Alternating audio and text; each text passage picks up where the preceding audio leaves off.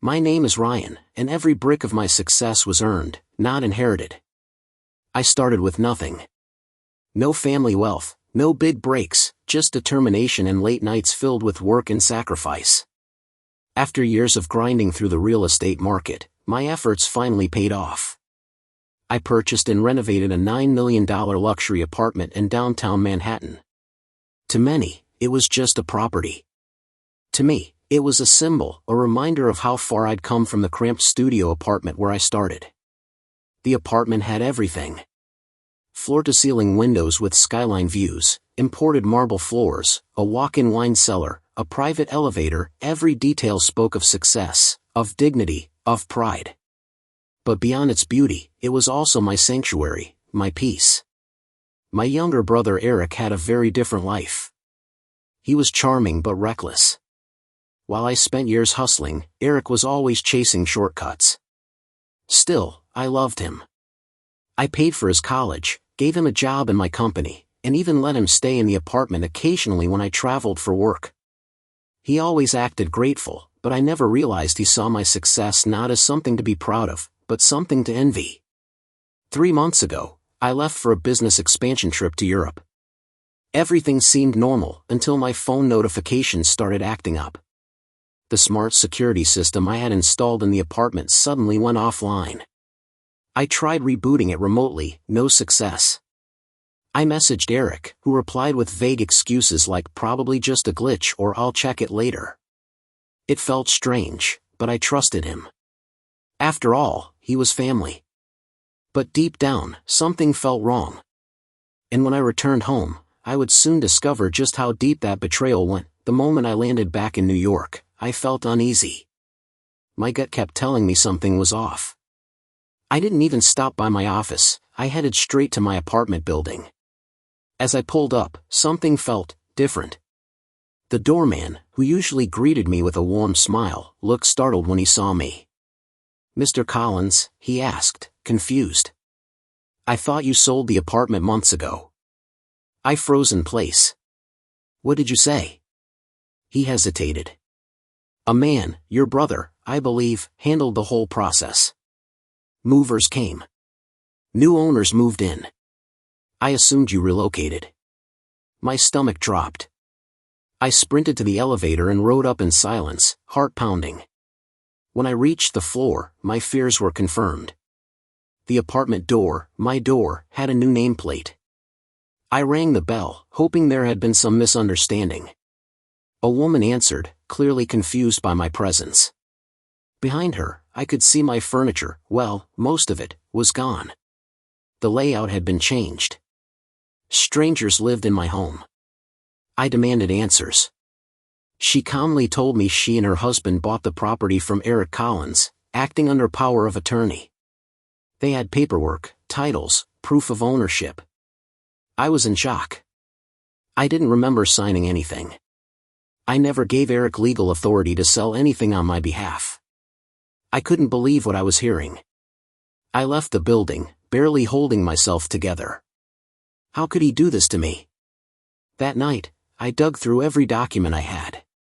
I called my lawyer. I pulled bank statements. Then, I saw it, the sale had gone through 2 months ago, for just $3 million. My $9 million luxury apartment. Gone. Sold for a third of its worth. Stolen from me by my own brother. Eric had forged my signature.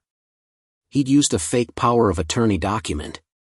Somehow, he'd convinced the buyer it was all legal. And now, the apartment I built with blood and sweat belonged to someone else. But here's the thing, he made a mistake. A small one. One that would eventually become the string I'd pull to unravel the whole scheme. He thought he was clever. He thought he'd gotten away with it. But he forgot who he was dealing with. I wasn't going to let Eric get away with this. I was angry, yes, but more than that, I was heartbroken. That apartment wasn't just a place to live. It was my legacy. I had sacrificed my youth, my relationships, and even my health to build a life I could be proud of. And now, thanks to someone I trusted most, it was gone in a blink. I immediately hired a private investigator, someone experienced in financial fraud and digital trails. At the same time, my lawyer began combing through the legal documents from the sale. The fake power of attorney Eric used was disturbingly well crafted. Almost believable. Almost. The agent who handled the sale claimed everything looked legitimate, and Eric had told them I was traveling in remote areas with no internet, hence his authority. The buyer, a shady LLC with no clear ownership, had already flipped the apartment within weeks for $6.5 million and disappeared from the grid. It was a mess, a tangled web of forged signatures, shell companies, and lies. But then, we found the crack. 5 years ago, I had taken out a private renovation loan for the apartment. Nothing major, just enough to install some custom Italian interiors and a few tech upgrades. That loan came with a secured lien, a legal clause that protected the apartment in case of any ownership changes. The clause stated clearly, no sale could go through unless the lien holder, me, personally signed off. Eric didn't know that. He hadn't accounted for the fine print in a legal document buried in a file he never read. The title deed still had my name tied to that clause. That was the loose end he left. And now I had something to fight with. With that one detail, my legal team started building a case. Meanwhile, my private investigator found traces of Eric's movements through his digital footprint, cryptocurrency wallets, food delivery receipts, hotel bookings, all under fake names, but all leading to one place, Miami. Eric had used part of the $3 million to check into a luxury suite in South Beach. He was living large, partying, spending recklessly, pretending to be some kind of self-made investor. Little did he know, I was on my way. I arrived in Miami with one mission, find Eric and confront him. Not just to recover what was stolen, but to look him in the eyes and ask why. Why betray me? Why destroy the only real bond we had? With help from my investigator, I tracked him to an exclusive hotel by the beach.